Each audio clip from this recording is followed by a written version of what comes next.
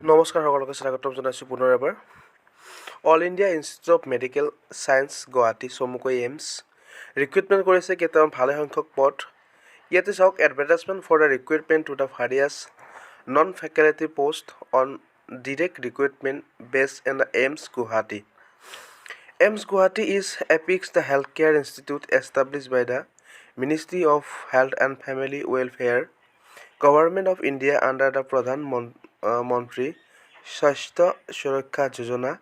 with the aim of the correcting a regional imbalance in quality therapy level healthcare in the country and the attaining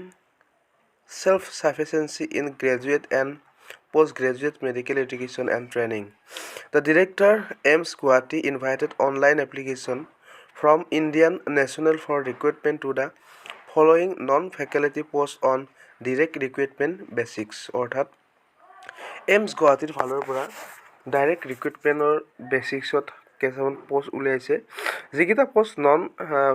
আৰু গতিকে সেই পদকেইটাৰ বাবে আপোনালোকে online application কৰিব লাগিব। ইয়াতে সুন্দৰকৈ দিয়া আছে কি পষ্টত ৰিক্ৰুইটমেণ্ট কৰিছে। প্ৰথম পোষ্ট আছিল store keeper, group B, level 6, আৰু টোটেল পোষ্ট আছে ইয়াতে 4টা আছে আনৰিজাৰ্ভ, আৰু লগতে জুনিয়ৰ ৱাৰ্ডেন আছে, জুনিয়ৰ ৱাৰ্ডেন হাউচ কিপাৰ। ইয়াতে আপোনালোকৰ ৱাৰ্ডেন হোষ্টেল আৰু বাবে বি লেভেল 6 দুটা আছে, টোটেল দুটাই আছে। বাকী ষ্ট'ৰ কিপাৰৰ 5টা আছে টোটেল, এটা আনৰিজাৰ্ভ, এটা OBC, 4টা আৰু এটা। জুনিয়ৰ ৱাৰ্ডেন হাউচ কিপাৰৰ বাবে আনৰিজাৰ্ভ দুটা আছে, টোটেল দুটাই আছে। তাৰে পিছত আছে লেব টেকনিচিয়ান পষ্টৰ বাবে। ইয়াৰ বাবে আপোনালোকৰ আনৰিজাৰ্ভ 6টা আছে আৰু OBC দুটা আছে, টোটেল 8টা আছে। লেব টেকনিকেলৰ বাবে 6টা আছে টোটেল, তাৰপিছত ইয়াৰ বাবে OBC দুটা আছে আৰু টোটেল 8টা। কেচিয়াৰ দুটা আছে আনৰিজাৰ্ভৰ আৰু টোটেল দুটাই আছে, আৰু লেব এটেণ্ডেণ্ট গ্ৰেড 3ৰ বাবে লেভেল 2 6, আনৰিজাৰ্ভৰ 6 আৰু OBC 2, টোটেল 8। হস্পিটেলাৰী এটেণ্ডিং গ্ৰেড 3 নাৰ্ছিং লেভেলৰ বাবে আপোনালোকৰ আনৰিজাৰ্ভৰ বাবে 20টা, OBC 10টা, SC 2টা, ST 4টা, EWS 4টা, টোটেল 40টা আছে। লাইব্ৰেৰিয়ান গ্ৰেড 3B লেভেল 6-2, ইয়াৰো আনৰিজাৰ্ভ দুটা আছে আৰু টোটেল দুটা আছে। তাৰপিছত টেকনিকেল এছিষ্টেণ্ট টেকনিচিয়ান লেভেল 6, আৰু ইয়াৰ বাবে আনৰিজাৰ্ভ 9টা আছে। তাৰপিছত OBC 4টা আছে আৰু SC দুটা আছে, ST এটা, EWS এটা, আৰু টোটেল 17 আছে। ষ্ট'ৰ কিপাৰৰ বাবে আপোনালোকৰ 5টা আছে আনৰিজাৰ্ভ, আৰু লগতে OBC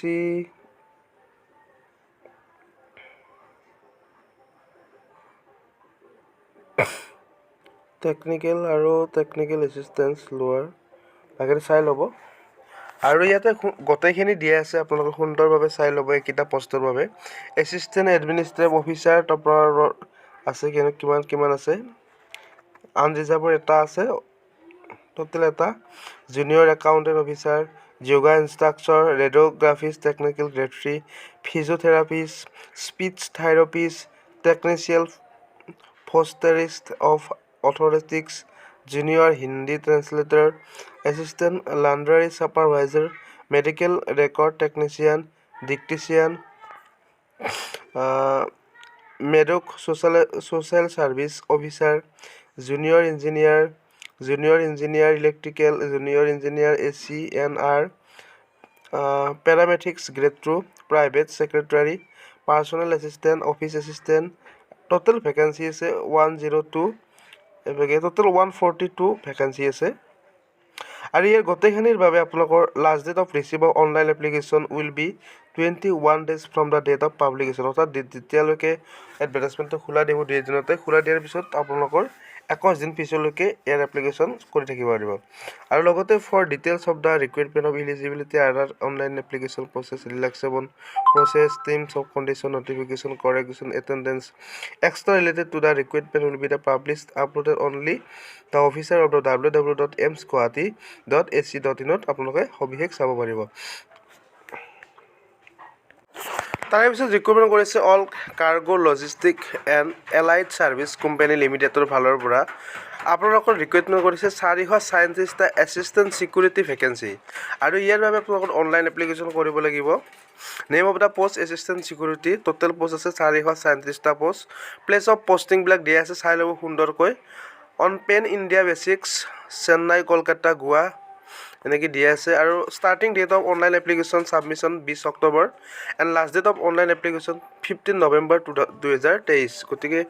এইখিনিৰ বাবে আপোনালোকে অনলাইন এপ্লিকেশ্যন কৰিব পাৰিব খুব ধুনীয়া পোষ্ট আপোনালোকে যদি ইণ্টাৰেষ্ট আছে এই পোষ্টকেইটাৰ বাবে আপোনালোকে অফিচিয়েল ৱেবছাইটত গৈ পেলাই চাব পাৰিব ইয়াৰে আৰু তেতিয়া আপোনালোকে ইয়াৰ বাবে অনলাইন এপ্লিকেশ্যনটো কৰিব পাৰিব আৰু ইয়াৰ অফিচিয়েল ৱেবছাইটটো হ'ব AAICLAS ইয়াত আপোনালোকে মাৰি দিব মাৰি দিলে আপোনালোকে সবিশেষ ডিটেইলছখিনি চাব পাৰিব তাৰপিছত date of online application 20 October আৰু লাষ্ট ডেটটো 15 নৱেম্বৰ তাৰপিছত ইয়াৰ বাবে এজ লিমিটটো আপোনালোকৰ বিচাৰিছে 0.10/2023 অৰ্থাৎ 1/10/2023 should not be more than 27 year and যিখিনি এসেনশিয়াল কোৱালিফিকেশ্যন আছে সেইখানি 12 from recognized board university institution with 60% mark for general and 55 for SC/ST candidate অৰ্থাৎ যিসকলে 12 পাছ কৰিছে যিকোনো ইউনিভাৰ্চিটি বা ইনষ্টিটিউচনৰ পৰা এটলিষ্ট কমেও 60% মাৰ্ক লাভ কৰিছে তেওঁলোকে ইয়াতে এপ্লাই কৰিব পাৰিব আৰু এই পোষ্টকেইটাৰ বাবে আপোনালোকে অনলাইন এপ্লিকেশ্যন কৰিব পাৰিব খুব ধুনীয়া পোষ্ট যিসকলে ইচ্ছুক আছে এই ইচ্ছুক প্ৰাৰ্থীসকলে আপোনালোকে অফিচিয়েল ৱেবছাইট গৈ এপ্লাই কৰিব আৰু লগতে আমাৰ যি এমছ আছে এমছ গুৱাহাটী তাত বিভিন্ন ধৰণৰ পদকেইটাৰ বাবে আপোনালোকৰ অনলাইন এপ্লিকেশ্যন এতিয়ালৈকে হোৱা নাই হ'লে আপোনালোকে সবিশেষ আপোনালোকে এমছ গুৱাহাটীৰ অফিচিয়েল ৱেবছাইটত গৈ পেলাই আপোনালোকে ইয়াৰ সবিশেষখিনি চাই ল'ব পাৰিব যে কেনেকৈ এপ্লাই কৰিব লাগে বা কি কি থাকিব ইয়াতে সবিশেষ ডিটেইলছখিনি এমছ গুৱাহাটীত আপোনালোকে অফিচিয়েল ৱেবছাইটত লাভ কৰিব পাৰিব আৰু লগতে আপোনালোকৰ যিটো সেকেন্ড ৰিক্ৰুটমেণ্ট আছিল সিকিউৰিটি এছিষ্টেণ্ট AAICLAS এইটোতো আপোনালোকে অফিচিয়েল ৱেবছাইটত গৈ পেলাই সবিশেষ চাই ল'ব পাৰিব